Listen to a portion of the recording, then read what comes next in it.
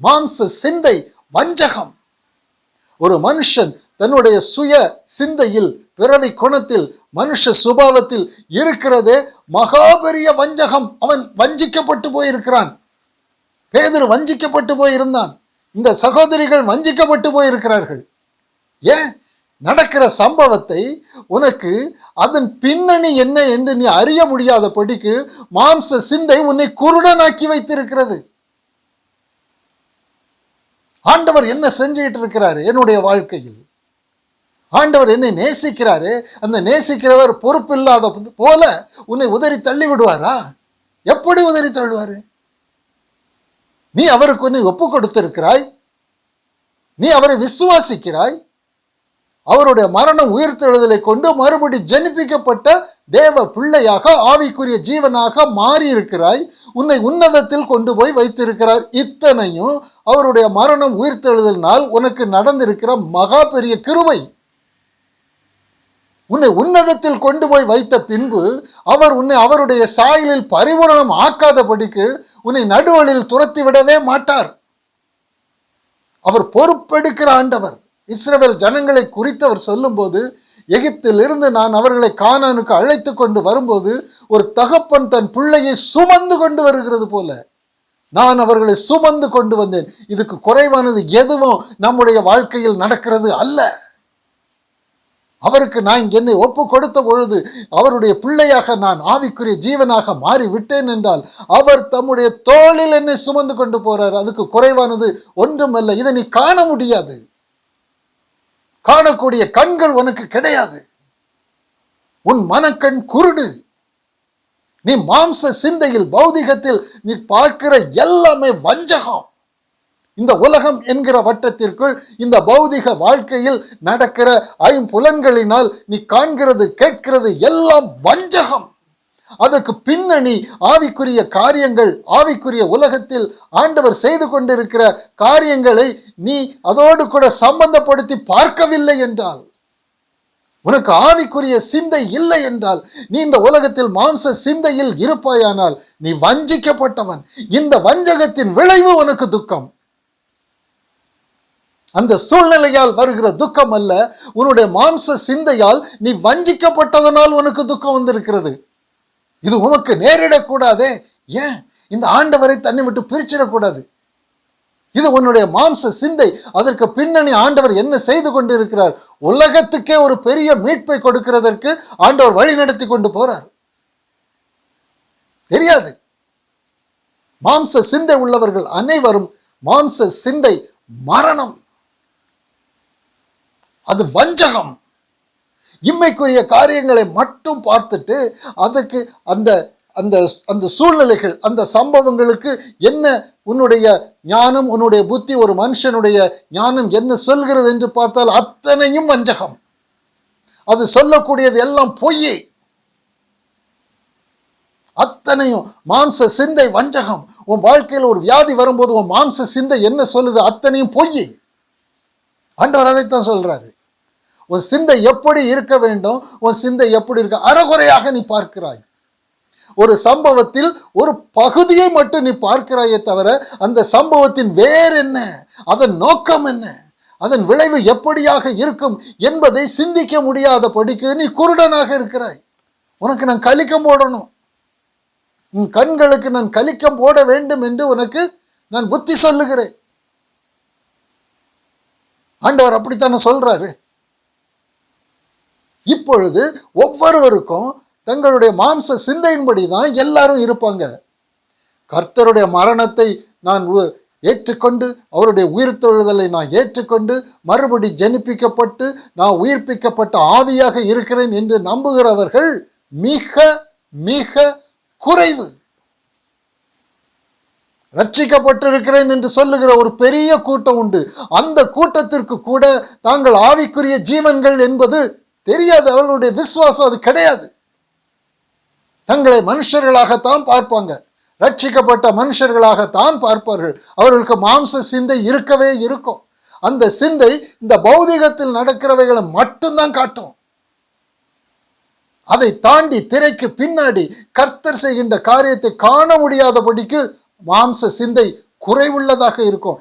இந்த சிந்தையில் இருக்கிறது வரை அவன் தனக்கு தானே கேட்டை உண்டாக்கி கொண்டே இருப்பான். யாரும் அவனை பாதாளத்துக்கு அனுப்ப வேண்டிய அவசியமே கிடையாது. அவனே தன்னுடைய சிந்தையால் பாதாளத்துக்கு போய்கொண்டே இருப்பான். அவன் சிந்திக்க வேண்டிய பிரகாரமாக அவன் சிந்திக்காமல் தன்னுடைய சுய சிந்தையில் அவன் நம்பி இருக்கிறான். அதான் ஆண்டவர் சொல்ல, உன் சுய புத்தியின் மேல் சாயாதே, உன்னை ஞானி என்று எண்ணாதே. இது அவ்வளவு பௌதீகம். உன்னுடைய ஐம்புலன்கள் பௌதீகம். உன் சரீரம் உனக்கு காண்பிக்கின்றது, உன் கண் உனக்கு காட்டுகிறது, எல்லாம் இந்த உலகத்திற்குரியது. அது வஞ்சகம், அது வஞ்சகம். 2 கொரிந்தியர் புஸ்தகத்தில் ஆண்டவர் அதை தெளிவா சொல்றாரு.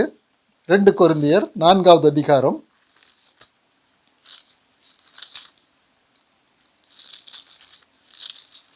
கடைசி வசனம். 2 கொரிந்தியர் 4வது அதிகாரம் கடைசி வசனம் 18வது வசனம்.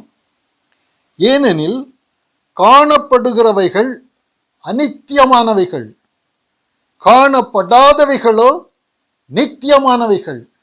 இந்த நித்தியமானவைகள் யாருக்காவது கண்ணுக்கு தெரியுதா?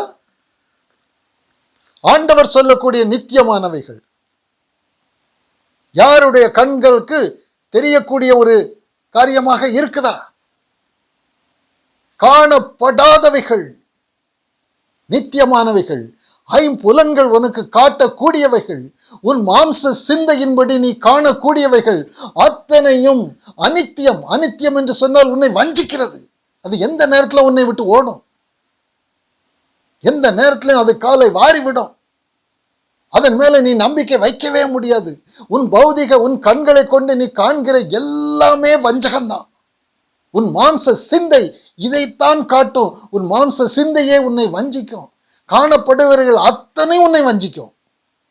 ஏன் அப்படின்னா அது அநித்தியம், அது நிரந்தரமானவைகள் அல்ல. நிரந்தரமானவைகள் எந்த நேரத்திலையும் அப்படியே புகை போல போகும். அதை நம்ப முடியாது. அதன் மேல் நம்பிக்கை வைக்காதே. இந்த உலகத்தில் உள்ளவைகள் மேலும் நம்பிக்கை வைக்காது. நீ காணக்கூடியவைகள் எல்லாம் உன்னை வஞ்சிக்கின்றவைகள், அது அநித்தியமானவைகள். காணப்படாதவைகள் நித்தியமானவைகள். அதை யாரும் காணக்கூடிய கண்கள் இருக்கா? காணப்படாதவைகள் என்ன? இந்த பௌதிக உலகத்தின் திரைக்கு பின்னாடி நடக்கக்கூடியவைகள் ஒரு மனுஷனுடைய கண்களால் அவனுடைய ஞான புத்தியினால் அறிய முடியாத, காண முடியாத ஆவிக்குரிய உலகத்தில் தேவன் செய்து கொண்டு இருக்கிறவைகள் தான் நித்தியமானவைகள். நீ காணக்கூடியவைகள் எல்லாம் அநித்தியம். உன் கண் உனக்கு காண்பிக்கிறதை நம்பாதே, அது பொய்யே. இது எனக்கு வியாதி, இது எனக்கு கஷ்டம், இது என்னை துன்புறுத்துகிறது, இது எனக்கு பாடு. நீ உன்னை தேவனுக்கு ஒப்பு கொடுத்தாயானால் இந்த ஒப்பாரி வைக்காதே. இந்த புலம்பல் உன் வாயிலிருந்து வரக்கூடாது. இந்த முறுமுறுப்பு உன்னில் இருந்து வரக்கூடாது. ஸ்தோத்திரம் செய்தலே தகும். ஏன்? உன்னுடைய சிந்தை ஆவியின் சிந்தையானால், காணப்படாத நித்தியமானவைகளை காணக்கூடிய கண்கள் உனக்கு இருக்குமானால், நீ காணப்படுகிறவைகளை நம்புகிறவன் ஆனால் காணப்படாதவைகளை நீ நம்ப முடியாது. நீ காணப்படாதவைகளை நம்புகிறவன் ஆனால் காணக்கூடியவைகளை அதம் பண்ணுவாய். காணப்படாதவைகள் தான் நித்தியமானவைகள். உன் பௌதிக சிந்தை காணப்படாதவைகளை உனக்கு காட்டாது. லாசருவுக்கு ஒரு சூழ்நிலை இப்படி இருக்குமானால், அந்த சகோதரிகளுக்கு இப்படி ஒரு இன்னல் இருக்குமானால், அதை அவர்களுடைய மாம்ச சிந்தை அவர்களுக்கு வெளிப்படுத்த முடியாது. அதற்கு பின்னணி காணப்படாதவைகள் என்ன? இயேசு கிறிஸ்து பேதுருவோடு சொல்லும் போது அவர் சொல்லக்கூடிய ஒரு காரியம், பிரதான ஆசாரியர்கள், மூப்பர்கள், வேதபாரர்கள் என்னை பல பாடுகள் படுத்தி கொலை செய்வார்கள், நான் 3ஆம் நாளில் உயிர்த்தெழ வேண்டும் என்று சொல்லுகிறாரே, அதற்கு பின்னணி என்ன என்று காண முடியாத கண்கள் அவருக்கு இருக்கு. பேதுருவுக்கு ஆண்டவர் அதைத்தான் சொல்ற, காணப்படாதவைகள் நித்தியமானவைகள், காணப்படாதவைகள் நித்தியமானவைகள். காண்கின்றவை பௌதிக கண்களுக்கு புலன்களுக்கு எட்டக்கூடியவை அத்தனையும் நிரந்தரமானது அல்ல, அநித்தியமானது. அநித்தியமானது எல்லாம் வஞ்சகம். நீ நோக்குகிறது அத்தனையும் நீ வஞ்சிக்கப்பட்டதனால் இப்படி நோக்குகிறாய். நீ நித்தியமானவைகளை காணக்கூடிய கண்கள் உனக்கு இருக்குமானால் அநித்தியமானவைகளை நீ நம்பவே மாட்டாய். உனக்கு நம்புகிறதுக்கு ஏதுவான இந்த பௌதிக காரியத்தை நீ நம்பாமல் நம்புவதற்கு ஏது அல்லாத நித்தியமான காரியத்தை நம்புகிறது தான் தேவன் உன்னில் விரும்புகிற காரியம்.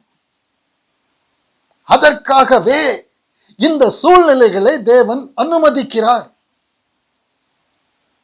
ஆபிரகாமுடைய வாழ்க்கையில நம்ம பார்க்கும்போது ஏதோ ஆபிரகாமை பற்றி கதைகள் சொல்லிட்டு இருப்பாங்க. அப்படிப்பட்ட கதைகள் நிறைய நாம கேட்டிருக்கோம். ஆனா ஆண்டவர் ஆபிரகாமுடைய கதையை நாம் அறிய வேண்டும் என்று அவர் விரும்பவில்லை. அந்த ஆபிரகாமில் ஒரு விசேஷித்த குணம் இருந்தது. அந்த குணம் உனக்கு வேண்டும் என்று சொல்றாரு. ஆபிரகாமில் இருந்த ஒரு குணம் எப்படிப்பட்ட குணம் என்றால், காணப்படுகிறவைகளை அவர் அலட்சியம் பண்ணாரு, காணப்படாத நித்தியமானவைகளை அவர் விசுவாசித்தார், ஏற்றுக்கொண்டார். பௌதிகமாக கண்கள் காட்டுகிறதை அவர் ஒழித்துவிட்டு பௌதிக கண்களால் காண முடியாத திரைக்கு பின்னாடி இருக்கக்கூடிய ஆவிக்குரிய உலகத்தில் தேவன் தனக்கு செய்து கொண்டிருப்பது என்ன, அதை காணக்கூடிய கண்கள் அவருக்கு இருந்தது. இந்த கண்கள் உனக்கு இருக்கு, அதைத்தான் கேட்கிறாரு. ஆபிரகாம் கதை நமக்கு தேவையில்லை. ஆபிரகாமுக்கு நிரந்தரமானவைகளை நித்தியமானவைகளை காணக்கூடிய கண்கள் இருந்தது. அந்த கண்கள் யாருக்கு இருக்குமானால் அவன் தான் எனக்கு முன்பாக நீதிமான். இன்னைக்கு உலகத்துல ஜனங்கள் எல்லாரும் நாங்க நீதியின் கிரியை செய்கிறோம் என்று கிரியை செய்வாங்க. ஆண்டவர் எந்த ஒரு கிரியையுமே நீதியின் கிரியைன்னு அவர் சொல்லவில்லை. பௌதிகத்தை காணக்கூடிய கண்களை ஒழிச்சிட்டு நித்தியமானவைகளை தேவன் செய்து கொண்டிருக்கிறவர்களை, ஆவிக்குரிய உலகத்தில் நடக்கிறவைகளை திரைக்கு பின்னாக தேவன் செய்கிற காரியங்களை காணக்கூடிய கண், அந்த கண்கள் யாருக்கு இருக்கிறதோ, அந்த சிந்தை யாருக்கு இருக்கிறதோ, அதை உணர்ந்து கொள்ளக்கூடிய உணர்வு யாருக்கு இருக்கிறதோ அவனைத்தான் தமக்கு முன்பாக நீதிமான் என்று சொல்லுகிறார். ஆபிரகாமை பற்றி கூறும் பொழுது ரோமர் 4வது அதிகாரம் 17வது வசனம், ரோமர் புஸ்தகம் 4வது அதிகாரம் 17வது வசனத்திலிருந்து ஆபிரகாமுக்கு தேவன் ஒரு வார்த்தையை கொடுத்தார். அநேக ஜாதிகளுக்கு உன்னை தகப்பனாக ஏற்படுத்தினேன் என்று எழுதியிருக்கிறபடி,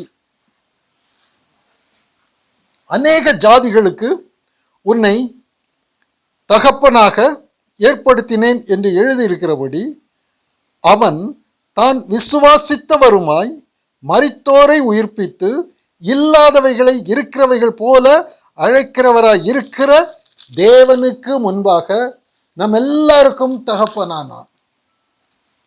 தேவனை குறித்த ஒரு அறிவு, ஒரு உணர்வு. எல்லாரும் தேவனை விசுவாசிப்பார்கள், ஆனால் இவருடைய விசுவாசம் வேறு. இவர் எப்படி தேவனை விசுவாசிக்கிறார் என்றால், இவர் அநித்தியமானவைகளை அல்ல நித்தியமானவைகளை காணக்கூடிய கண்கள் உள்ளவராக இருக்கிறார். இவர் தேவனை குறித்து இவர் காண்கிறார். நான் விசுவாசிக்கிற தேவன் எப்படிப்பட்டவர், நீர் என்னை நேசிக்கிறீரே, என் வாழ்க்கையில ஏன் இப்படி நடந்துன்னு சொல்லி கேட்க மாட்டார். ஆண்டவர் ஒரு வார்த்தையை அவருக்கு கொடுத்திருக்கிறாரு, நீ காணக்கூடாதவைகளை கண்டுகொள். இந்த பௌதிக உலகத்திற்கு அப்பாற்பட்ட திரைக்கு பின்னாடி நான் செய்கின்ற காரியத்தை நீ பாரு. உன்னை அநேக ஜாதிகளுக்கு நான் தகப்பனாக்குவேன்.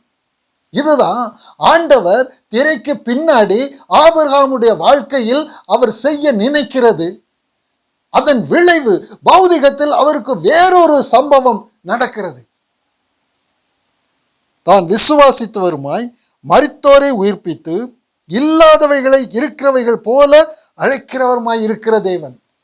தேவனை பொறுத்தவரையில அவர் என்ன சொல்றாரு, அநித்தியமானவைகள்லாம் என்னென்ன, அவருக்கு இருந்த மாதிரி ஒரு சூழ்நிலை ஆபிரகாமுக்கு இருந்தது போல ஒரு சூழ்நிலை இருக்குமானால் 18வது வசனத்துல, உன் சந்ததி இவ்வளவாய் இருக்கும் என்று சொல்லப்பட்டபடியே தான் அநேக ஜாதிகளுக்கு தகப்பனாவதை நம்புகிறதற்கு ஏதுவில்லாதிருந்தும், பௌதிகம் அவருடைய ஐம்புலன்கள் காட்டக்கூடியது என்ன அப்படின்னா, என் சாப்டர் முடிஞ்சு போச்சு, என் வாழ்க்கை முடிஞ்சு போச்சு, இனி எனக்கு அப்படி ஒரு காரியம் நடக்க போறது இல்லை. இதுதான் பௌதிகம், மாம்ச சிந்தை. இந்த மாம்ச சிந்தை தான் வஞ்சிக்கும்.